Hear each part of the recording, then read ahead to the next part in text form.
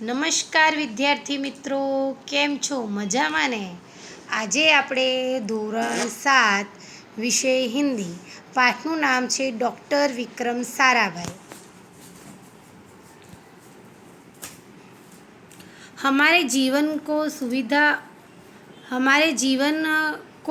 सुविधापूर्ण बनाने में वैज्ञानिकों का प्रमुख योगदान रहा है।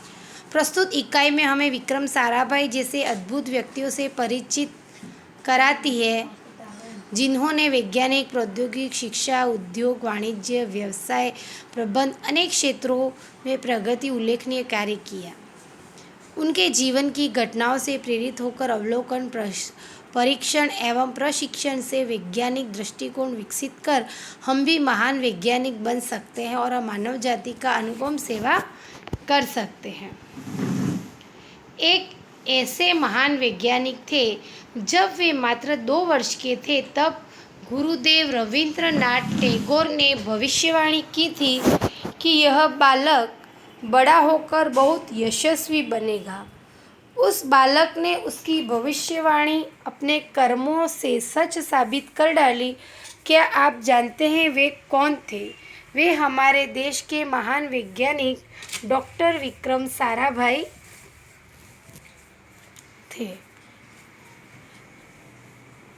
एक एवा महान वैज्ञानिक जे मात्र 2 જ વર્ષના હતા ત્યારે રવિન્દ્રનાથ ઠાકુરે એવી ભવિષ્યવાણી કરી હતી કે આ બાલક જે છે મોટો થઈ ને નક્કી કોઈક કીર્તિ પામશે, મોટો કંઈક બનશે કેમ। અને વિક્રમ સારાભાઈએ આ ભવિષ્યવાણીને સાચી સાબિત કરી। આપણે એ વ્યક્તિ કોણ હતો? એટલે આપણે એ વ્યક્તિ હતા ડૉક્ટર વિક્રમ, આપણા દેશના મહાન વૈज्ञानिक डॉक्टर विक्रम साराभाई। डॉक्टर विक्रम साराभाई का जन्म 12 अगस्त सन 1919 को अहमदाबाद में हुआ था। डॉक्टर विक्रम साराभाईનો જન્મ 12 ઓગસ્ટ 1912ના રોજ 12 અગસ્ટ 1919માં અમદાવાદમાં એક મોટા ઉદ્યોગપતિ પરિવારમાં થયું હતું। તેમના પિતાનું નામ અંબાલાલ હતું અને તેમની માતાનું નામ સરલા દેવી હતું। ને ડૉક્ટર વિક્રમ સારાભાઈ જે હતા 8 ભાઈ બહેન હતા। बाल्यकाल से प्रतिभावान विक्रम साराभाई के बचपन का यह प्रसंग उनके अपने परिवार के साथ शिमला गए। शिमला में उनके पिता अंबालाल के नाम ढेर चिट्ठियाँ आती थी। यह देखकर बालक विक्रम के मन में इच्छा हुई कि उनके नाम भी खूब सारे पत्र आए। નાનપણથી જ વિક્રમ સારાભાઈ ખૂબ જ પ્રતિભાશાળી બાળ હતા। તેમના બાળપણનો એક પ્રસંગ છે જે ત્યારે માત્ર 5-6 વર્ષના હતા ત્યારે તે પોતાના પરિવાર જોડે શિમલા ગયા હતા। ત્યારે એમના પિતાના નામથી ઘણી બધી ચિઠ્ઠી આવતી હતી। ત્યારે એમને પણ એવી ઈચ્છા જાગી એટલે તેઓ બધા જ પત્રો ઉપર પોતાનું સરનામું લખી અને ટપાલ પેટીમાં નાખ્યા। એટલે તેમના નામ ઉપર બી ઘણા બધા પત્ર આવવા લાગ્યા। એટલે એવું પિતાએ જોયું એટલે તેમના મનમાં બાળક વિક્રમના પ્રતિ પાછળ પહેલાં ઉદ્દેશ્ય જાણવાની ઈચ્છા થઈ। એને સારી વાત સમજતો તે હસવું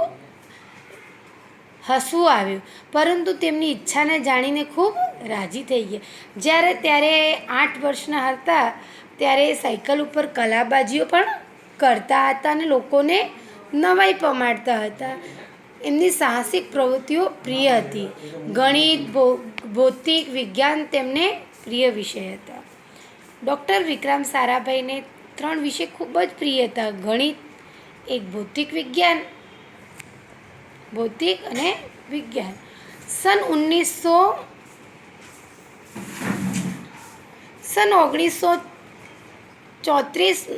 सन 1934 में पास की मैट्रिक की परीक्षा और सन 1934-37 में गुजरात कॉलेज अहमदाबाद में इंटर की पढ़ाई की और सन 1937 में इंग्लैंड चले गए।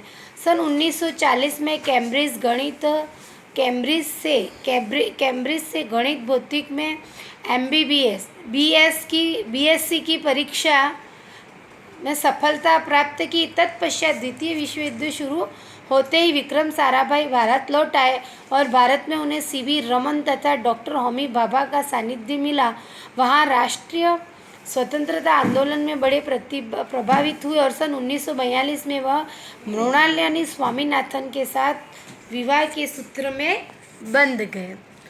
सन 1934માં ડૉક્ટર વિક્રમ સારાભાઈ 10માની પરીક્ષા પાસ કરી અને તેના પછી 37 સુધી તે ગુજરાત કોલેજમાં ઇન્ટર સુધીની ભણાઈ કરી. એના પછી તે કેમ્બ્રિજમાં જઈ કેમ્બ્રિજ યુનિવર્સિટીમાં તેને ભૌતિક વિજ્ઞાનમાં BSc કરી અને જ્યારે બીજું વિશ્વયુદ્ધ શરૂ થયા હતું ત્યારે વિક્રમ સારાભાઈ ભારત પાછા ફર્યા અને તેમને સીવી રમન અને ડૉક્ટર હોમી ભાભાનો પરિચય થયો અને તેમનો સન 1942માં તેમનો વિવાહ મૃણાલિની સ્વામીનાથન જોડે તેમનો વિવાહ થયો.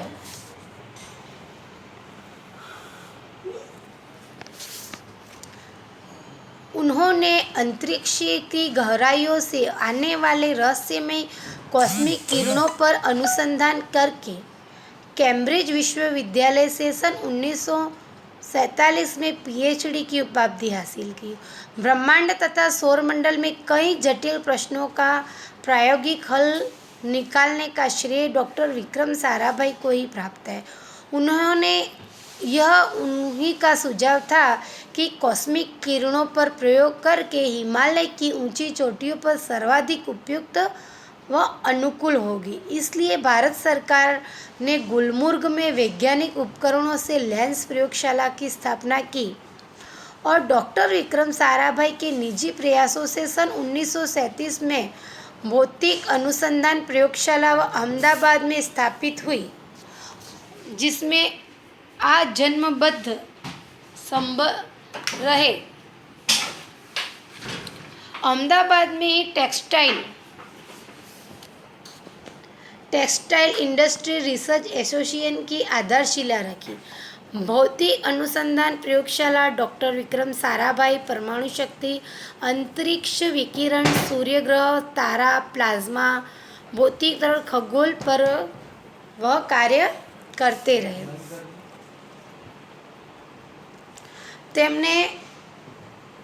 તેમણે અંતરિક્ષમાં આવતા કોસ્મિક કિરણો પર સંશોધન કર્યું અને 1947માં તે કેમ્બ્રિજ વિશ્વવિદ્યાલયમાંથી PhDની ડિગ્રી મેળવી અને બ્રહ્માંડ અને સૌરમંડળ પર કેટલાક જટિલ પ્રશ્નોનો ઉકેલ કર્યો. ડૉક્ટર વિક્રમ સારાભાઈને મળે છે. તેમનું માનવું હતું કે કોસ્મિક કિરણો પર પ્રયોગ કરવા હિમાલયની ઊંચી શિખરો અનુકૂળ રહેશે. ભારત સરકારમાં ગુલમર્ગમાં વિજ્ઞાન સાધનોની પ્રયોગશાળા સ્થાપી. ડૉક્ટર વિક્રમ સારાભાઈના પ્રયત્નોથી આપણા અમદાવાદમાં પણ ભૌતિક સંશોધન કેન્દ્રની સ્થાપના થઈ અને 1947માં તેમને ભૌતિક